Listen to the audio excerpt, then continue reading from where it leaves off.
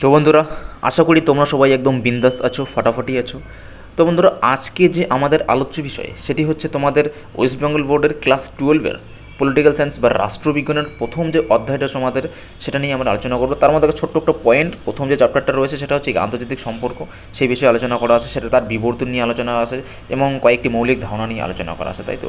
তো আমরা এখানে জানবো যে আন্তর্জাতিক সম্পর্কটা কী জিনিস, এরপরে যেটা জানবো কি আন্তর্জাতিক যে রাজনীতি সেটা কী জিনিস, এর মধ্যে কী ডিফারেন্সটা রয়েছে সেটা আমরা জানবো। তার মধ্যে সবার প্রথম যেটা জানি, চলো, সেটা হচ্ছে যে আন্তর্জাতিক সম্পর্ক বলতে কী বোঝায়, তাই না। প্রথম কথা হচ্ছে যে আন্তর্জাতিক, যেটাকে ইংলিশে বলা হয় ইন্টারন্যাশনাল। তো আন্তর্জাতিক বা ইন্টারন্যাশনাল কথাটার মানেটাই হচ্ছে এক রাষ্ট্র থেকে আর একটা রাষ্ট্রের মধ্যে সম্পর্ক। কী বললাম? এক রাষ্ট্র থেকে আর একটা রাষ্ট্রের মধ্যে যে সম্পর্ক সেটাকে বলা হয় ইন্টারন্যাশনাল রিলেশন বা আন্তর্জাতিক সম্পর্ক। তো এর মধ্যে বিভিন্ন জিনিস আসতে পারে। কী কী আসতে পারে? যেমন মনে করো পারস্পরিক যে সম্পর্কটা হতে পারে, বন্ধুত্বপূর্ণ হতে পারে, তার মধ্যে ক্ষমতা নিয়ে আলোচনা হতে পারে, রাজনৈতিক যে মতাদর্শ সেটা নিয়ে হতে পারে, যুদ্ধ নিয়ে আলোচনা হতে পারে, এক দেশ থেকে আরেক দেশের মধ্যে যুদ্ধ হবে, কী কী ধরনের যুদ্ধ, বা শান্তি। তারপরে অর্থনীতি নিয়ে আলোচনা হতে পারে, এক দেশ থেকে আরেক দেশের মধ্যে কীরকম অর্থনীতি হবে। তারপর ইন্টারন্যাশনাল ল, মনে হচ্ছে তোমার আন্তর্জাতিক যে আইন কানুন সেটা নিয়ে আলোচনা হতে পারে। আন্তর্জাতিক সংগঠন যেমন ইউএন, ইউনাইটেড নেশন, এই ধরনের সংস্থার বিভিন্ন বিষয় নিয়ে আলোচনা হতে পারে। কূটনীতি নিয়ে আলোচনা হতে পারে। তারপর হচ্ছে তোমার সন্ত্রাসবাদ নিয়ে আলোচনা হতে পারে, বলে এক দেশ থেকে আরেক দেশের মধ্যে সন্ত্রাসবাদটা কীরকম, তাই না। বিশ্ব পরিবেশ, এগুলো নিয়ে আলোচনা হতে পারে। এই সমস্ত জিনিসগুলো যে জায়গাটার মধ্যে আলোচনা করা হয়, যে বিষয়টা, সেটাই হচ্ছে আমাদের আন্তর্জাতিক সম্পর্ক। আশা করি তোমরা বুঝতে পারছো আন্তর্জাতিক সম্পর্ক জিনিসটি কী। তো আন্তর্জাতিক সম্পর্ক, যেমন সন্ত্রাসবাদ নিয়ে যদি কথা বলি, যেমন মনে কর এফএটিএফ একটা সংস্থা আছে, সেই সংস্থাটার কাজ কি প্রত্যেকটা দেশকে তার সন্ত্রাসবাদ বলে দেয় যে এই দেশটা কতটুকু পরিমাণে সন্ত্রাসবাদ। এখানে দুইটা লিস্ট আছে, একটা হচ্ছে তোমার গ্রে লিস্ট, একটা হচ্ছে তোমার ব্ল্যাক লিস্ট। তো কোনো যদি সন্ত্রাসবাদ মোটামুটি থাকে সেটা হচ্ছে গ্রে লিস্টের মধ্যে রাখা হয়, যদি বেশি পরিমাণে থাকে সেটা হচ্ছে তোমার ব্ল্যাক লিস্টের মধ্যে রাখা হয়। যেমন পাকিস্তান, এই গাধাগুলোকে প্রায় প্রায় প্রায় হচ্ছে তোমার গ্রে লিস্টের মধ্যে রাখা হয়, কিন্তু কোনো প্রকার কারণে বিভিন্ন ইন্টারন্যাশনাল পলিটিক্সের কারণে বেঁচে যায় বারবার, বুঝতে পারলে। তো এটা হচ্ছে মাঝে মাঝে কিন্তু গ্রে লিস্টে, তো ওরা গ্রে লিস্টে থাকেই, কিন্তু মাঝে মাঝে তারা ব্ল্যাক লিস্টে যাওয়ার উপযুক্ত, তারা ব্ল্যাক লিস্টে যাওয়ার জন্য কিন্তু উপযুক্ত, কিন্তু তার সন্ত্রাসবাদের বিভিন্ন রাজনৈতিক কারণে, ইন্টারন্যাশনাল পলিটিক্সের কারণে তারা যাচ্ছে না। তো আশা করি তোমরা বুঝতে পারছো যে আন্তর্জাতিক সম্পর্ক জিনিসটি কী। তো চলো এখন হচ্ছে আন্তর্জাতিক রাজনীতিটা নিয়ে একটু আলোচনা করা যাক।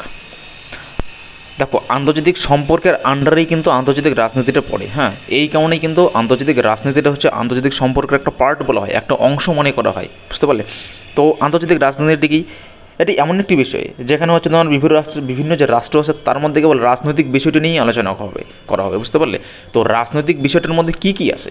এর মধ্যে আছে হচ্ছে তোমার প্রতিযোগিতা আসতে পারে, এক রাষ্ট্র থেকে আরেক রাষ্ট্রের মধ্যে যে প্রতিযোগিতা হয়, প্রতিদ্বন্দ্বিতা হতে পারে, ক্ষমতার লড়াই হতে পারে, কার ক্ষমতা বেশি, যেমন হচ্ছে তোমার আমেরিকা আর চায়নার মধ্যে মোটামুটি চলছে, তাই না। রাশিয়ার সাথে সবসময় তো ক্ষমতার লড়াই চলেই। বর্তমানে চায়না যেভাবে উঠে আসতেছে, আগামী দিনে বোধহয় চায়নাই ওয়ার্ল্ডের মধ্যে সুপার পাওয়ার সম্ভাবনা দেখা যাচ্ছে, তাই তো। তো এগুলো হচ্ছে প্রতিদ্বন্দ্বিতা, ক্ষমতার লড়াই, বা অন্য রাষ্ট্রকে কীভাবে নিজের আয়ত্তে রাখা যায়, যেরকমটা চায়না করছে। চায়নার মানে টাকা আছে, তোমার বুদ্ধিও ভালো খাটাচ্ছে প্রচুর পরিমাণে, বুঝতে পারলে। চায়না মানে চাইনিজ লোকের চাংচুং, মানে কথা বলে আর বুদ্ধি, প্রচুর বুদ্ধি ওদের। ওরা হচ্ছে ওয়ার্ল্ডের মধ্যে প্রত্যেকটা দেশকে কী হচ্ছে, গরিব দেশগুলোকে টাকা দিচ্ছে এবং সেই দেশগুলোকে এমন পরিমাণে ঋণ দিচ্ছে, এত পরিমাণে ঋণ দিচ্ছে যে সেই দেশগুলো আগামীতে ঋণ শোধ করতে পারবে না, এবং একসময় কী হবে, চায়নার হচ্ছে তোমার এক ধরনের একটা উপনিবেশে পরিণত হবে। যেটা আমরা পাকিস্তান কিন্তু অলরেডি চায়নার আন্ডারে পড়ে গেছে। পাকিস্তান আছে 10 বছর ওরা আর পাকিস্তান থাকবে না, পাকিস্তান চায়না হয়ে যাবে।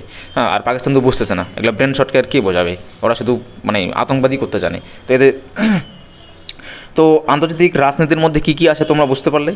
যেটা হচ্ছে মেইনলি রাজনৈতিক বিষয়টা, ক্ষমতার লড়াই হতে পারে, প্রতিদ্বন্দ্বিতা হতে পারে। তোমাকে যদি একটা উদাহরণ দিয়ে বলি যে আন্তর্জাতিক সম্পর্কটা বলতে এবং রাজনীতির মধ্যে ডিফারেন্সটা কী হতে পারে, দেখো, আমরা হচ্ছে তোমার যখন কোভিড-19 ছিল সেই সময় আমরা হচ্ছে প্রত্যেকটা দেশকে ভ্যাকসিন ডোনেট করেছিলাম। প্রত্যেকটা দেশ মানে অনেকগুলো দেশকে, আমরা প্রায় আমাদের পৃথিবীর 98টা দেশকে, 98 কান্ট্রিজ, 98টি দেশকে আমাদের ইন্ডিয়া হচ্ছে ভ্যাকসিন ডোনেট করেছিল। সবাই ছিল, আমাদের আশেপাশে সব দেশ ছিল, একমাত্র পাকিস্তান বাদ দিয়ে। এই পাকিস্তানকে তো আমরা দেবো না, এই গাথাগুলোকে কে দেয় পাকিস্তান, তাই না।